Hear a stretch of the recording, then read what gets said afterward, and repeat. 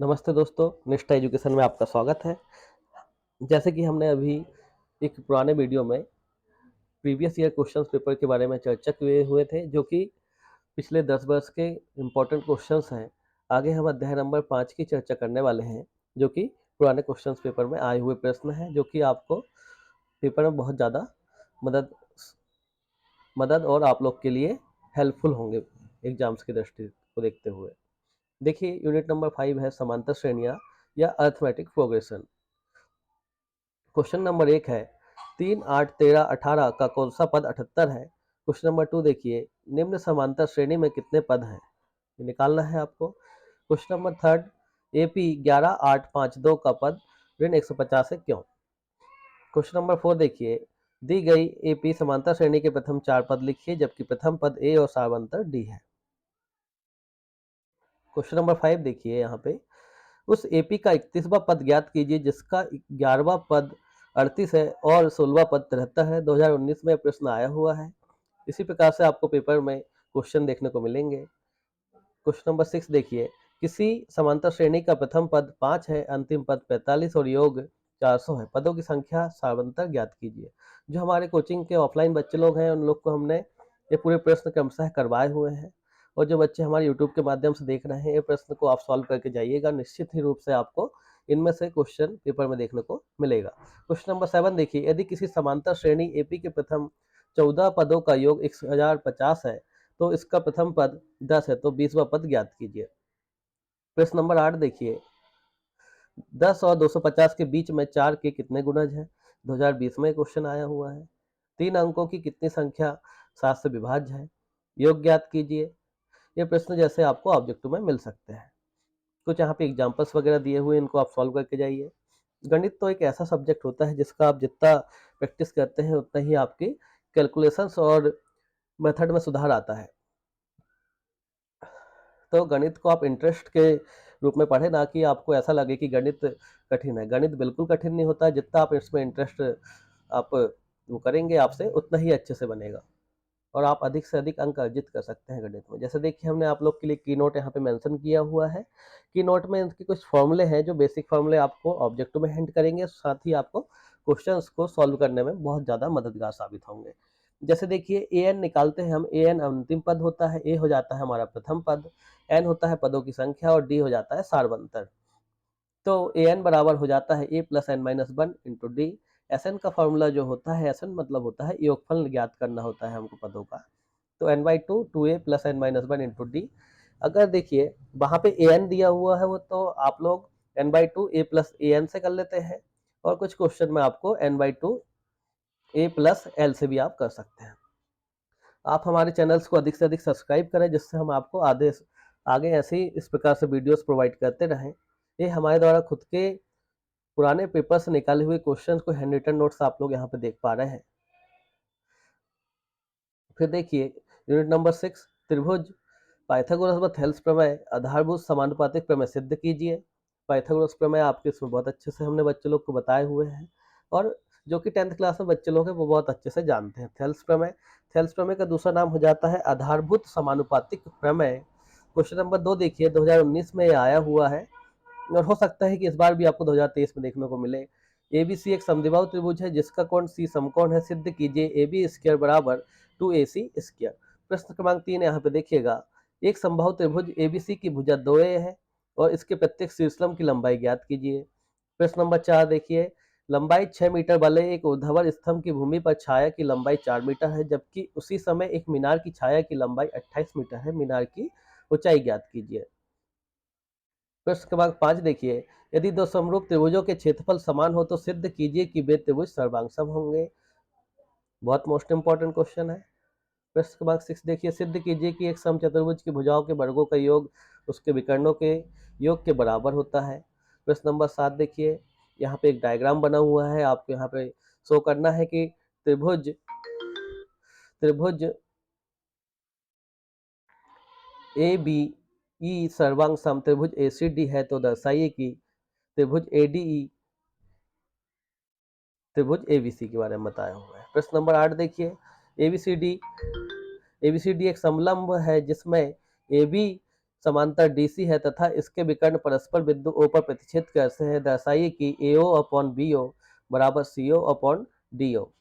तो यहाँ पे आपके लिए हमने की नोट्स मेंशन किए हुए हैं, जिसको आप देख सकते हैं। सभी वृत्त समरूप होते हैं, सभी वर्ग समरूप होते हैं, ये आपको रिक्त स्थान में देखने को मिलेंगे। सभी समबाहु त्रिभुज समबाहु होते हैं। समकोण त्रिभुज का क्षेत्रफल 1/2 आधार गुणित ऊंचाई। यहाँ पे हमारा नंबर हमने मेंशन किए हैं, अगर आप कांटेक्ट करना चाहते हैं तो कर सकते हैं। और हमको हमारे चैनल्स में आपको वीडियोस निश्चित रूप से कंटिन्यू मिलते रहेंगे यूनिट वाइज। इसको अधिक से अधिक आप सब्सक्राइब और शेयर करें, आपके मित्रों के साथ साझा करें। अध्याय नंबर 8 है, देखिए निर्देशांक ज्यामिति। निर्देशांक ज्यामिति को ऑर्डिनेट ज्योमेट्री भी बोल सकते हैं हम इन इंग्लिश इसको। देखिए इसमें एक्स अक्ष पर वह बिंदु ज्ञात कीजिए जो 2 ऋण 5 और ऋण 2 9 से समदूरस्थ हो। बिंदुओं, क्वेश्चन नंबर 2 की बात कर रहे हैं, बिंदुओं 0 0 और 36 15 के बीच की दूरी ज्ञात कीजिए। दूरी के सूत्र से आप इसको सॉल्व कर सकते हैं, जो कि होता है रूट के अंदर x2 minus x1 square plus y2 minus y1 square. यहाँ पे k का मान निकालना है आपको, संरेखी है तो। संरेखी का मतलब होता है एक ही लाइन में 3 बिंदु आपको मिलेंगे, जिसकी कंडीशन हो जाती है AC बराबर AB plus BC। Question number 4 देखिए, बिंदु ए के निर्देशांक ज्ञात कीजिए जहां ए बी एक वृत्त का व्यास है जिसका केंद्र 2 और ऋण 3 है तथा बी के निर्देशांक 1 और 4 है। बिंदु 2 3 और 4 1 के बीच की दूरियां ज्ञात करना है आपको। क्वेश्चन नंबर 6 देखिए, उस त्रिभुज का क्षेत्रफल ज्ञात कीजिए जिसके शीर्ष 1 ऋण 1 ऋण 4 6 और ऋण 3 ऋण 5 है। यहाँ पे क्वेश्चन नंबर 7 में के का मान निकालना है, बहुत मोस्ट इंपॉर्टेंट क्वेश्चन है। क्वेश्चन नंबर 8 भी इसी तरीके से है। यहाँ पे हमने आपको कुछ की नोट दिए हुए हैं लास्ट में, जो कि आपको बहुत मददगार साबित होंगे। वो देखिए वो क्या है, यहाँ पे दूरी का सूत्र दिए हुए हैं हमने कि रूट के अंदर x2 minus x1 square plus y2 minus y1 square. यह है आपको ऑब्जेक्टिव या एक शब्द में उत्तर में पूछ सकता है। विभाजन सूत्र दिए हुए हैं f1 x2 plus m2 x1 upon m1 plus m2 y equal m1 y2 plus m2 y1 upon m1 plus m2। मध्य बिंदु दिए हुए हैं x बराबर x1 plus x2 upon 2, y बराबर y1 प्लस y2 अपॉन 2। भुज और कोटि के बारे में बताए हुए हैं। अब हम आगे चलते हैं यूनिट नंबर 8 की ओर, ट्रिग्नोमेट्री। ट्रिग्नोमेट्री का हमने हमारे चैनल में बहुत ही अच्छे से बच्चे लोगों को समझाए हुए हैं। इसका पूरा बेसिक कॉन्सेप्ट का एक वीडियो बना हुआ है, आप लोग प्लेलिस्ट में जाके कक्षा 10 के उसमें इसको देख सकते हैं। कुछ क्वेश्चंस भी बताए हुए हैं जो निश्चित रूप से आपको मदद करेंगे। तो आप लोग जितने भी इसको देख रहे हैं तो हमारे प्लेलिस्ट में जाके जरूर वो पुराना वीडियो देखें, आपको उसमें बहुत मदद साबित होगी। इसी प्रकार हमने यूनिट नंबर 7 का भी बताए हुए हैं, तो आप वीडियो देख के आपको बहुत मदद मिल जाएगी, उससे पूरा बेसिक कॉन्सेप्ट समझ में आ जाएगा।